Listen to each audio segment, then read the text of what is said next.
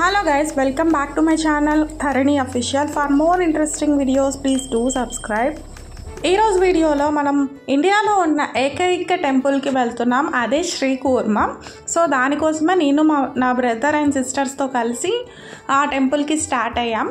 శ్రీకాకుళం నుంచి 15 కిలోమీటర్స్ డిస్టెన్స్లోనే ఆ టెంపుల్ ఉంటుంది, గారా మండలంలో ఉంటుంది.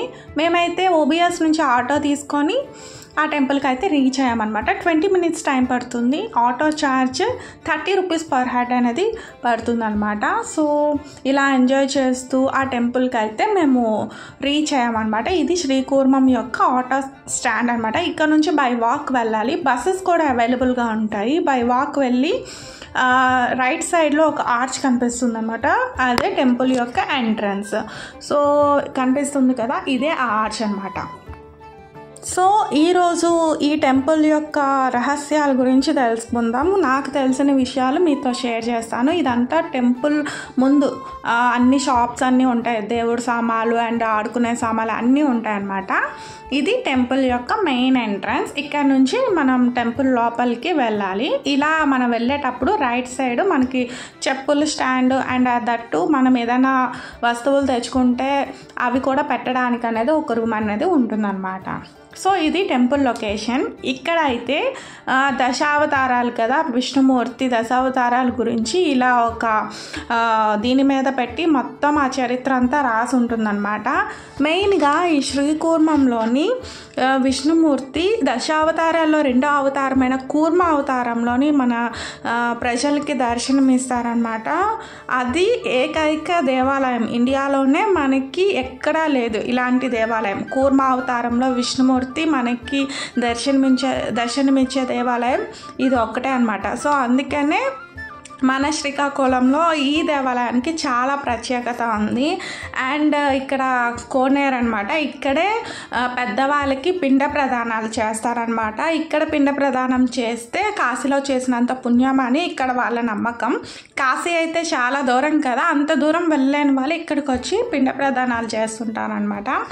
మెయిన్గా ఇంకొక అట్రాక్షన్ ఏంటంటే తాబేలు పార్క్ అనేది ఉంటుంది. ఇక్కడ చాలా తాబేళ్ళు ఉంటుంది, ఎందుకంటే విష్ణుమూర్తి కూర్మావతారంలో ఉన్న ఏకైక దేవాలయం ఇదే కాబట్టి ఇక్కడ తాబేళ్ళు అనేది చాలా ఎక్కువ ఉంటుంది. అండ్ ఇది గుడి లోపల ప్రదక్షిణ మండపం. ఇప్పుడు మనకు కనిపిస్తుంది కదా, ఇది కోరికల స్తంభం అనమాట.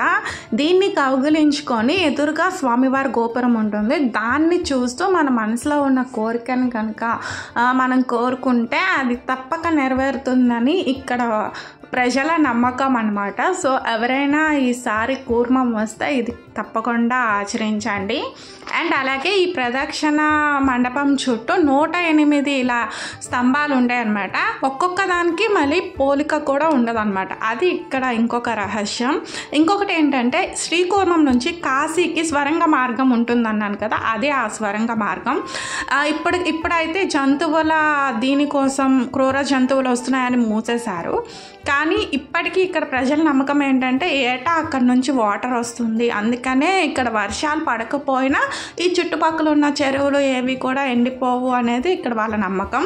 ఇంకొకటి ఏంటంటే ఇక్కడ 2 ధ్వజస్తంభాలు అయితే ఉంటుంది, ఎందుకంటే విష్ణుమూర్తి ఈ గుడిలో పడమర వైపు ఉండి దర్శనం ఇస్తారనమాట ప్రజలకి.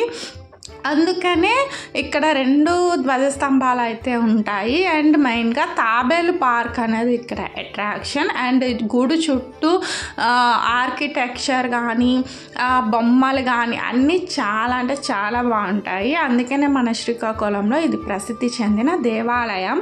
ఎవరికైనా శని దోషాలు ఉంటే ఈ గుడికి వస్తే తొలగిపోతాయి అనేది ఇక్కడ ప్రజల నమ్మకం. Thank you for watching this video till the end. మళ్ళీ నెక్స్ట్ వీడియోతో మీ ముందుకు వస్తాం. Thank you, bye bye, take care.